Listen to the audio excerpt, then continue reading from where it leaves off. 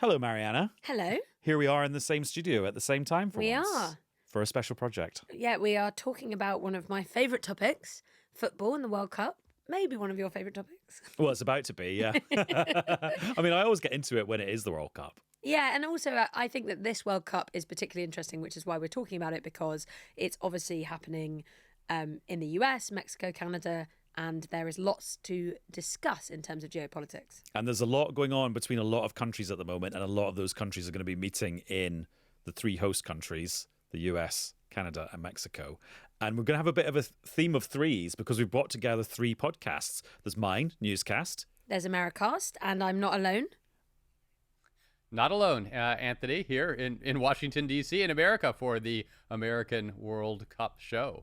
And joining us from the third legendary podcast, it's John Murray from Football Daily. Hello, John. Yes, hello, everyone. Yes, and I know I'm going to be going straight to Mexico. I know I'll be in the United States, and depends what happens in terms of who goes through, who goes out, whether I get to Canada or not. But I'll certainly be going to two of the three.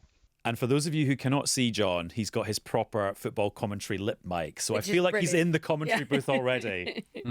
In the Football Daily and the Commentator's View podcast, we always do it on lip mics, just to, I think, give it that extra little bit of football commentator feel. So the old habits die hard. It's making me want to talk very, very Kind of like closely ASMR. into my microphone, but that probably will not sound as good. And certainly my content will not be as good as yours, John. Anyway, welcome aboard, because we're going to do 3 episodes looking at lots of elements of the World Cup. Not necessarily the actual football. There's plenty of that elsewhere, but all of the interesting aspects around the politics, the money, the relationships, and some of the things that might happen. And we're doing this in a combo mini-series of Newscast, Americast, and Football Daily.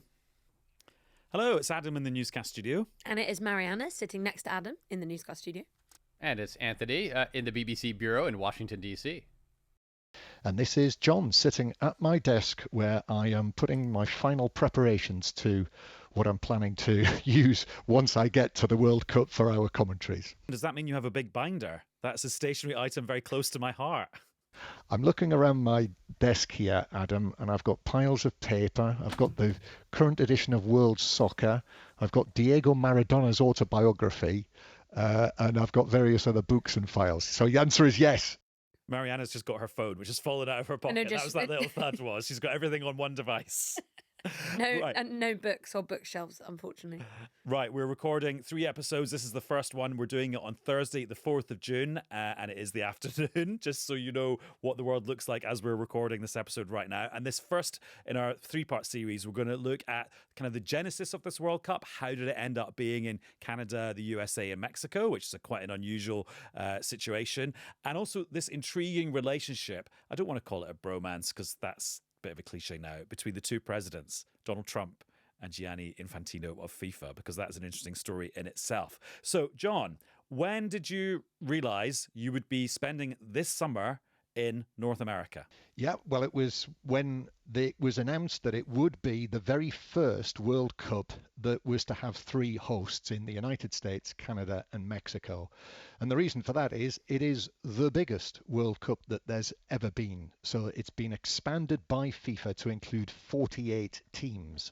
So it'll take place over 39 days. That's as opposed to the 32 days it would take under the previous format.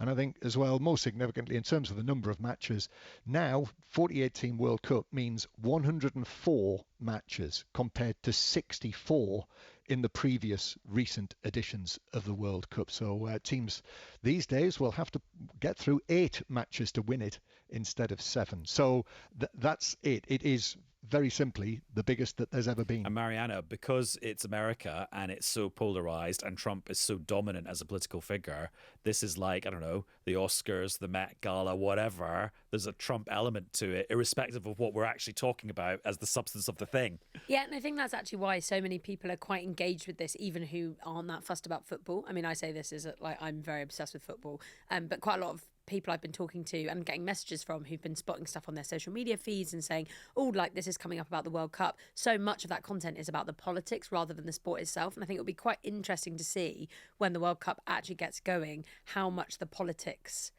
eclipses the football or not. Maybe everyone will just love the football and the politics will end up being separate. But I think some of the tensions we're expecting mean that might not be the case. And Anthony, obviously, I mean, it's exciting that it's coming to your home turf, but I just wonder, has this come to your turf as a political journalist as well? Absolutely. I've been keeping my eye on this ever since the United States was announced as one of the co-hosts of the World Cup. And then when Donald Trump was reelected in 2024, it couldn't be very early on that he's going to be president not only during the Olympics in 2028 and America's 250th birthday celebrations this July, but also the World Cup. He loves being center stage. He loves being the person, particularly with sporting events. He's had a connection to sports for most of his adult life, owning a sports football, American football franchise, being involved in boxing. So you knew he was going to inject himself right into the middle of this. And with Donald Trump comes all of the divisiveness, all of the politics, all of the chaos that he has brought to politics ever since he first ran for president in 2015.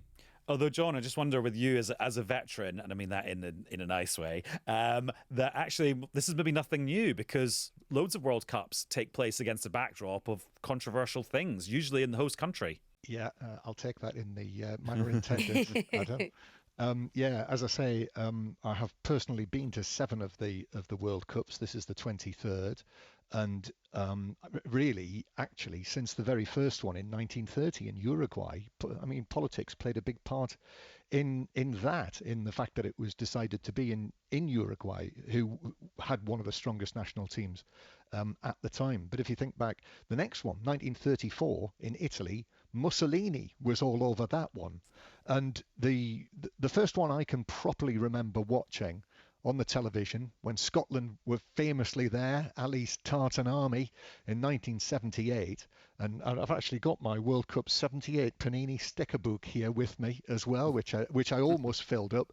But I remember it as an 11-year-old watching, being absolutely rapt by it on the television with the ticker tape coming down and just the feel of it and the sort of blurry television pictures. It felt like such a long way away. But of course, in later years, I've learned that Argentina was being run by a military junta at the time. It was a dictatorship, and they really ran the show. And it was almost as political as any World Cup had been at the time in 1978. Other brands of stickers and collectibles are available. Now, when I think back to the World Cups that have happened while I've been a professional journalist, I think of Qatar in 2022, where quite a lot of migrant workers died when they were building the infrastructure.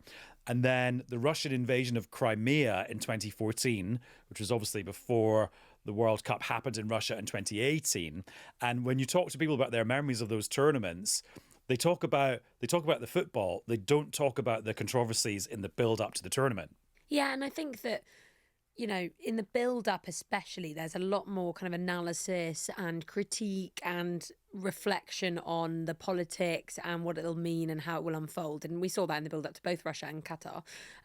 But once the football gets going, I think this is the big question for the United States. And I'm sure, Anthony, you've got lots to say about this, thinking about where there could be flashpoints, if there's any gun violence, if there are any issues around ICE and immigration raids and that sort of thing. I think it's whether there's any aggro that unfolds during the tournament itself that could dictate whether we talk about politics. Because if you think of Russia, for example, or Qatar, largely, although there was controversy before those tournaments, they ran pretty smoothly and there weren't any problems. And Anthony, we'll dig into some of those issues in this episode and in future episodes as well, because this is a 3-part mini-series we're doing, so we've got plenty of time.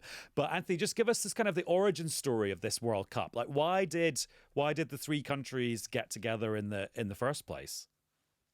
Well, I think part of it was because the scope of this World Cup was much bigger, with, as John mentioned, more teams, that this was going to be the biggest World Cup in the tournament's history. They needed to be able to produce it over a much wider piece of real estate. We had joint World Cups before. Obviously, Japan and South Korea hosted a World Cup, but this one with the United States, with Mexico, with North America, they all pitched the idea together. They thought this would be a unifying type of type of proposal. These three countries that were closely connected geographically, but also by their trade relationships, that they would be able to put on the kind of show that would befit this much larger World Cup undertaking. So it was quite a proud moment for, I think, all three countries in the beginning. I think they saw this as an opportunity to put together a unified front and put their best foot forward. And when you read the original bid document, which is this huge doorstopper of a book that they put together to win the bid a few years ago, the theme that just keeps coming out of that, and you don't need to be a football expert, is just that all the stadiums, or stadia, we should say, are already built. There's loads of hotels. There's loads of airports. This is ready to go, pre-packed World Cup set of venues that Morocco, who were competing in that bidding process, just couldn't match, really, John. Yeah, that's right. It's a little bit like a political manifesto, isn't it? The bid document. You can always go back, can't you, and say, well, what about this? What about that? It doesn't. What's in the bid document doesn't always turn out to be exactly what happens on the ground. But with the USA as the mainstay of the bid, against Morocco, who tried and tried and tried and failed and failed and failed. And actually, since then, they will be hosting the next World Cup along with Portugal and Spain. So they will get their chance next time round.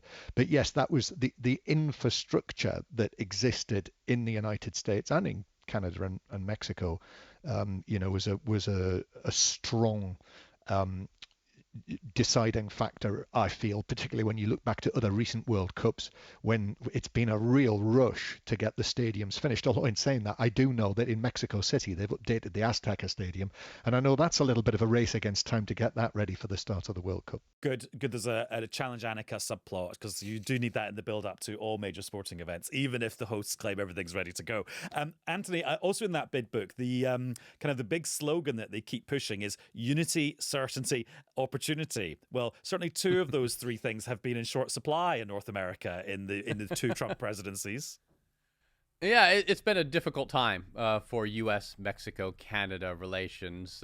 Even in Donald Trump's first term, with what he was doing on the U.S.-Mexico border and the crackdown and the call to build a wall, but particularly now in this second term, which started in January of last year, because Donald Trump focused on tariffs and trade, and the two of the first countries he targeted with tariffs were Mexico and Canada, two of the United States' biggest trading partners. That alone would have been disruptive, and that alone would have cast a shadow over this tournament. But you throw in Donald Trump calling for Canada to be America's 51st state, referring to then Prime Minister Justin Trudeau as Governor Trudeau, and the back and forth between these two countries, where Canada took all of America's liquor products off their shelves, the United States reprised with their own additional tariffs, and it has made for some unfriendly relationships. And you actually see it with some of the Canadian attitudes towards other countries. Mark Carney, the current prime minister, giving speeches abroad that directed his country to move in a different direction than the United States and start exploring other relationships outside of what had been the close U.S.-Canada relations. Relations with Mexico are still tense because of border concerns, immigration concerns, and crackdowns of undocumented migrants who have come into the United States through Mexico. So all of that puts the relations not on a unified kind of a footing that I think they had hoped that this World Cup would produce. I would say, Adam, by the way, that having been at the draw in Washington for the finals, which planned out the whole schedule that we have, typical politics, they were all on the stage together: Donald Trump, Mark Carney, Claudia Sheinbaum, Gianni Infantino. They were, you'd think that they were the greatest of mates, and that was just a few months ago. And so they have to get along for the sake of the World Cup. Also, Marianna, I'm just thinking, if you were going to watch all 104 World Cup matches, and if anyone was going to do that or was able to do that, it would be you, I think, that I know. 78 of those matches are in the US, 13 each in Canada and Mexico. So actually, it's going to feel like a very USA-heavy World Cup. Yeah, and I would say as well that a lot of the content we're seeing and the messaging. I mean, to be honest, if you were Mexico and Canada, you might be a bit annoyed, really, because you've kind of been slightly lost in the. I think particularly because of the political context and because Donald Trump is such a sort of advocate for the US hosting the World Cup. The noise that I'm seeing, certainly in the social media world, but beyond, is very much focused on the USA and not really on the other places. And you're suddenly like, oh, hang on a second, this match is in Mexico City or this is happening in Canada. And if you were them, you'd be thinking, hang on a sec, we are actually a bit involved, but like you point out, less involved than the US. And that kind of explains why so much of the focus is on America. Although, John, I mean, Mexico, they've got their own place in World Cup history, host the history books. Yep, this is the first time that any country will hold matches in 3 men's World Cup tournaments. And actually, they've held a women's World Cup as well. So that is also a record to host 4 senior World Cup tournaments. And the Aztec Stadium, where the opening match will be played, is one of the iconic venues for the World Cup. If you were to put together a show reel of, I don't know, the top 20, 25 moments of the World Cup, probably 4 or 5 of them would be inside the Aztec Stadium, which is where we saw the Diego Maradona Hand of God goal in 1986. Both Pelé and Maradona have won the World Cup in that stadium. England have a great history there as well, because they played there during the course of the 86 World Cup before that match against Argentina. And, it is one of the iconic venues. Yeah, I'm here in the United States, and I remember the Hand of God goal in 1986. That was one of my first World Cup memories. It made headlines here in the U.S. even before soccer really took off in the United States. It's something that people, rank and file people, paid attention to. Although, Anthony, America's history of hosting the World Cup, mainly in my teenage mind, was Diana Ross missing a penalty at the very lavish opening ceremony in 1994. I'm sure there was much more spectacular football than that in the following weeks, but the thing that lodged in my mind was that image. Yeah, that wasn't the best start to it, obviously, but it was the first chance for America to see a World Cup up close. And I will say, that a lot of Americans really got into it and enjoyed it. America usually doesn't pay attention to the rest of the world unless it's right in front of their noses. And this put soccer right in front of our noses, and it helped launch the MLS, Major League Soccer league, that is still going on and has expanded and has quite a following here in the United States now. And I remember there was a July 4th knockout round game between the United States and Brazil in that tournament. And on the 4th of July, the United States playing, it was quite a celebration. And I actually went to a game here in Washington, D.C. because it hosted some opening round games and a knockout round game. I saw Spain beat Switzerland in the knockout round. And so it pulled a lot of Americans in, despite the kind of rocky start that it got off to with those opening ceremonies. And I rewatched the clip of Diana Ross doing the penalty. And in defense of Diana Ross, she actually is not that wide of the goal. It's pretty close. And also, she is singing live in a massive ceremony, and then she goes onto a stage to do the rest of the show. So she had other things on her mind. And also, she didn't present herself as like top female athlete. She was like top singer. Anyway, so that's my defense of Diana Ross. The tournament that started and finished with a missed penalty, because Roberto Baggio missed the penalty that decided it for Brazil, and it started with Diana Ross's missed penalty in the opening ceremony. Poetic, John. Pop and football, our two passions combined.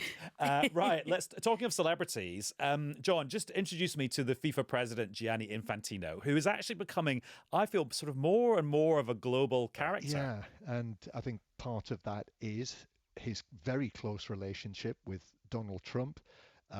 He was seen as the man who would bring to FIFA, he'd change everything after the Sepp Blatter years and everything that we associated with that, and that he would clean up FIFA, clean up the world game, and he's very much done it his own way. And I don't think it would be an understatement to say that he enjoys the power, and there is immense power of being the FIFA president. So, I'm not sure when eventually his time in that role will come to an end. And I have a feeling that if he's able to extend it as long as he possibly can, he would do that. And anyone that has been circling, who is seen as a potential successor, just seems to have melted away.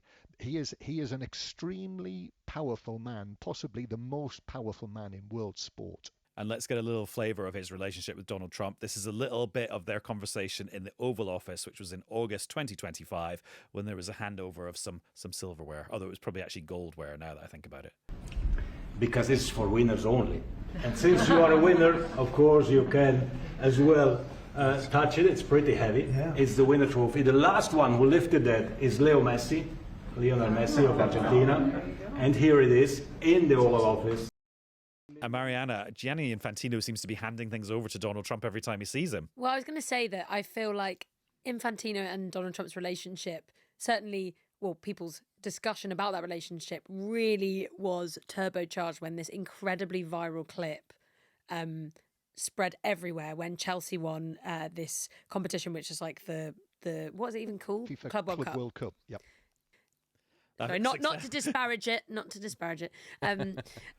that's interesting because you love football, and you have to sort of go back into your memory banks to remember. Well, it's a sort of new. It's a kind of a bit of a new thing. Yeah. And so Chelsea won this competition, and there were these clips of the team lifting the trophy, and Donald Trump is just standing beside them, and you can see really famous footballers like Cole Palmer and Reece James of Chelsea being like, hang on, why is this man here? Because that is not normal. Like the president or whoever doesn't normally hang about on the side of the team lifting the trophy. And a lot of people found the clip really funny. Some people were also like, hang on a sec, is this football getting political? And quite a few of the footballers afterwards, like Cole Palmer, were asked, why did you react like that? And essentially their answer was like, well, we weren't quite sure why he was still there. But all of that felt quite symptomatic of the closeness of the relationship between Donald Trump and Infantino. E.g., it's totally fine for him to hang about as they lift the trophy. And it felt like Donald Trump sort of getting into football. And I would say that Infantino, separately from Donald Trump, although this is the case for both of them, they are either sort of very hated or very loved online. They are very, very divisive figures who are very good at kind of playing the outrage machine in that way. And Infantino is probably the first person, I guess, I don't know what you think, John, but it doesn't feel like characters. Often FIFA or these football bodies feel very faceless, and he's certainly not faceless. And that's been quite interesting, seeing how that's unfolded and how people direct their anger and frustration at FIFA, at Infantino specifically. Well, that scene, which was in the same stadium where the World Cup final will be this year in New Jersey, on the stage went against all of the protocols that I'm used to seeing as an observer of football, as a football commentator. That's the point where the suits leave the scene. And actually, at the time, Infantino tried to persuade Donald Trump to leave Chelsea on the stage with Reece James lifting the trophy, and he wasn't for budging. And you sort of saw him just kind of staring at them. They were lifting this trophy, and they were all like, welcome to Donald Trump's America, where protocol does not matter. He is going to do what he wants. And if it's a big stage, as I mentioned before, he is going to find a way to get on it and stay on it, even if it makes people uncomfortable. Although, John, I'm just wondering, with your knowledge of World Cups past, are there actually that many opportunities for the leader of the host country to actually insert themselves into the events in a big way? Yeah, absolutely. And, we've had this probably most notably with the last couple of tournaments in Qatar. And do you remember Lionel Messi coming forward and having that cloak put on him to go and lift up the trophy? I mean, that was unusual. But again, the dignitary stayed out of the way there. And of course, Putin was front and center of the World Cup in Russia in 2018, particularly when it came to the final. And do you remember as well the president of Croatia, because the presentation of the trophy happened during a torrential downpour. Oh yeah. And he was given an umbrella, but the president of Croatia, who was brilliantly turned out, she was wearing the sort of red and white checkered outfit of Croatia. She was left out on her own without an umbrella, with the rain pouring down. Yeah, absolutely soaked. Bonkers. Yeah. So, but it's all of these clips. I honestly think Infantino is the most kind of clippable person who's ever been related to FIFA. I just think I've rarely seen. well, Sepp Blatter gave it a good go. He did. For He all the was wrong not nearly reasons. well, exactly, but not even nearly as prolific, I would say, as Infantino. But maybe that tells us something about how social media has evolved rather than the people themselves. And Anthony, I was talking about Infantino handing over gold things to Donald Trump. We alluded to the Peace Prize, which was newly created by FIFA around about the time Donald Trump was at peak anger of not receiving the Nobel Peace Prize, and he handed it over to him in the draw at the Trump Kennedy Center, which I remember watching that Friday afternoon and just finding a completely bizarre kind of event to watch, but quite compelling. Did that make any difference, that Peace Prize? Because I feel that is what, when Trump became sort of less interested in peace, and actually the number of wars increased. And you remember he wrote that letter that was leaked to the Prime Minister of Norway saying, maybe if you're not going to give me the Peace Prize, I'm not going to do as much for peace as I had been. And lo and behold, now we've been in a war with Iran for over 2 months. But I think he liked getting that World Cup Peace Prize. It was hilarious because they were so coy about who was going to get it ahead of time. The announcer was going to be this Peace Prize. And of course, everyone knew that Infantino was going to give it to Trump, and he did. And Trump seemed visibly moved by that. I think they put the medal around his neck and he held the trophy, and actually was in the Oval Office in December. So just maybe a week or two after that draw. And there was this Peace Prize trophy sitting right in the middle or on the end of his desk, on the Resolute desk in the Oval Office. So it is, he kept it, and he's kept it in the Oval Office. So it is a way, I think it illustrates how well Johnny, as Donald Trump calls him, Gianni Infantino, has been able to build this relationship with Trump, complete with Infantino. If you remember, in February, put on a red USA hat at a world the Board of Peace, a Board of Peace meeting here in Washington D.C., because Trump has invited him to all of these major diplomatic events, and I think that another sign that he knows how to connect with Donald Trump. He knows what Donald Trump likes, and he has been using that very effectively. Now, as we come to the end of our first episode of our trilogy of episodes of podcasts about the World Cup and the issues around it and the politics and some of the themes, can anyone from my sister podcast help me out about why there's this LGBTQ plus pride match? Because of course June is Pride Month around the world, where the two teams playing it are Iran and Egypt, which sounds like some kind of practical joke. Because homosexuality not kind of famous is not for that necessarily advocacy. promoted in those countries. Yeah, it definitely is remarkable that the stars have aligned for this to be this way. Now, it was a coincidence. The local organizers in Seattle are having Pride events that week. They designated this as the Pride match before we knew that Egypt and Iran were going to be the two countries playing there. But this has obviously become a bigger issue, and it kind of shows how politics can inject itself sometimes by accident. And there have been objections from Egypt that this is going on during their match to no avail. Right, we have kicked off our three-part series about some of the issues around the World Cup. We've looked at how it has ended up being in North America in the first place. We looked at the big personalities of two of the presidents involved, the president of FIFA and Donald Trump, obviously, president of the USA. Lots more to discuss in the next two episodes of our three-part World Cup mini-series, which is a co-production, well, just like the World Cup itself. What is it? What was the phrase in the bid document? Certainty, unity, and opportunity. I don't know which of us. Which podcast is which country and motto? Newscast is. I think you're America. Yeah, I think we're all combinations of all three. Yeah, which podcast is yours? Oh, then America is not America. Americast is not America. Weird. So much to discuss in this World Cup. John, thank you very much. Thank you. Mariana and Anthony, thanks to you too. Thank you. My pleasure. There's some more episodes coming your way in the series very soon.